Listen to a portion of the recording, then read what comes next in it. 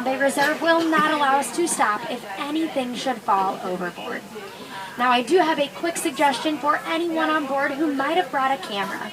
You are most definitely going to want to set those to sports or action mode.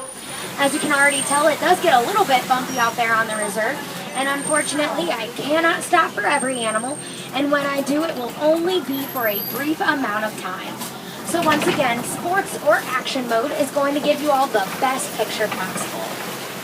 Well folks, we have now entered into the Little Ituri Forest, which is our first stop on our photo safari.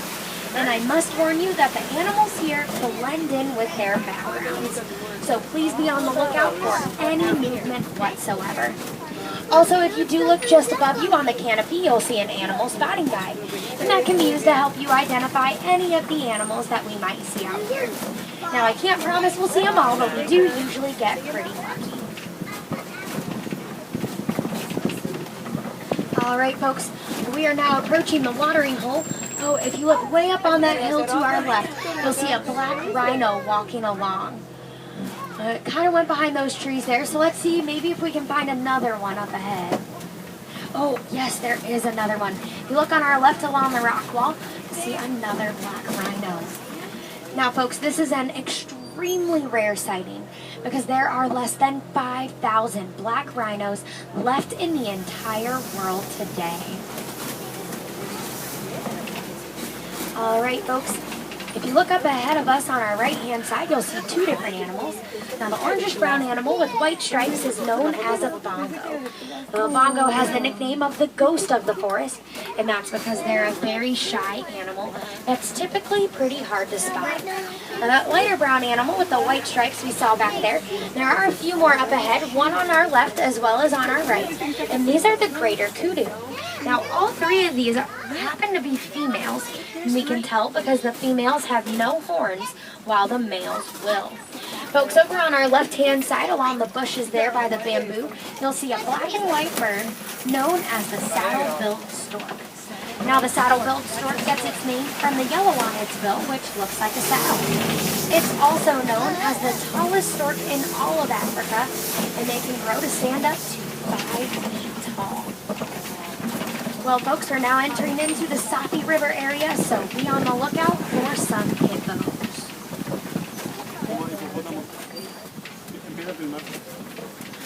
Don't think I'm seeing any hippos over on our right. No worries, folks. Folks, let's go ahead and move forward, and hopefully we'll be able to find a great view of them up ahead.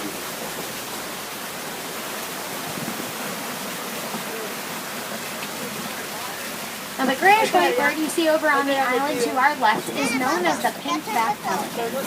Now, the pink-backed pelican gets its name because during mating season, the feathers on their back will actually turn pink. All right, folks, and over in the water on our left, you'll see a hippo.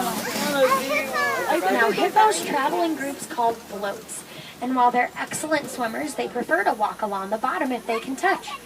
Hippos can also hold their breath for up to 8 minutes at a time underwater. Now, the word hippopotamus means river horse. However, these animals are actually related to cows, pigs, and whales.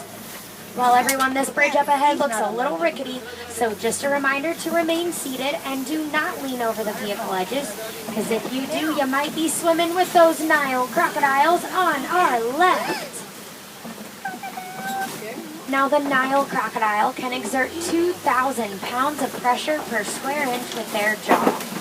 They can also hold their breath for up to 2 hours underwater, as long as they remain inactive. Now, you'll frequently see Nile crocodiles lying there with their mouths wide open, and that actually works as a natural cooling system.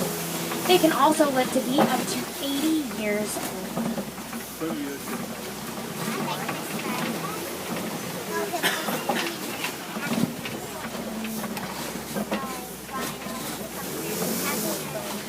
Well, everyone, we are now approaching a completely different ecosystem. And if you look just past these trees and bushes, over on our right-hand side, you'll see the baobab tree. Now, the baobab tree has the nickname of the upside-down tree, and that's simply because it looks like the roots are coming straight out of the top. This tree can remain leafless for up to 9 months out of the year, and it can grow to be 75 feet tall and 60 feet in diameter. Folks, it's about to get very bumpy right here. All right, that's one, and down. Another one in the back. All right, sorry about that. I just wanted to warn you. All right, folks, if you do look straight out ahead of us, you'll see my personal favorite view of the entire reserve, also known as the Serengeti grasslands.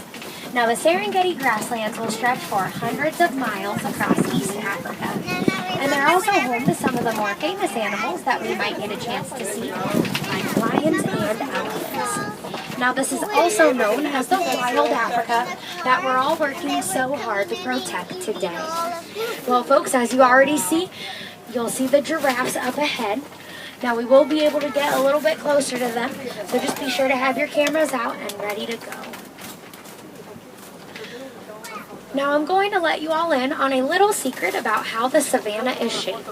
It's actually shaped by the animals who inhabit it. Giraffes eat the underbrush of the trees, allowing more sunlight to reach the ground, while elephants are known as the bulldozers of the savannah.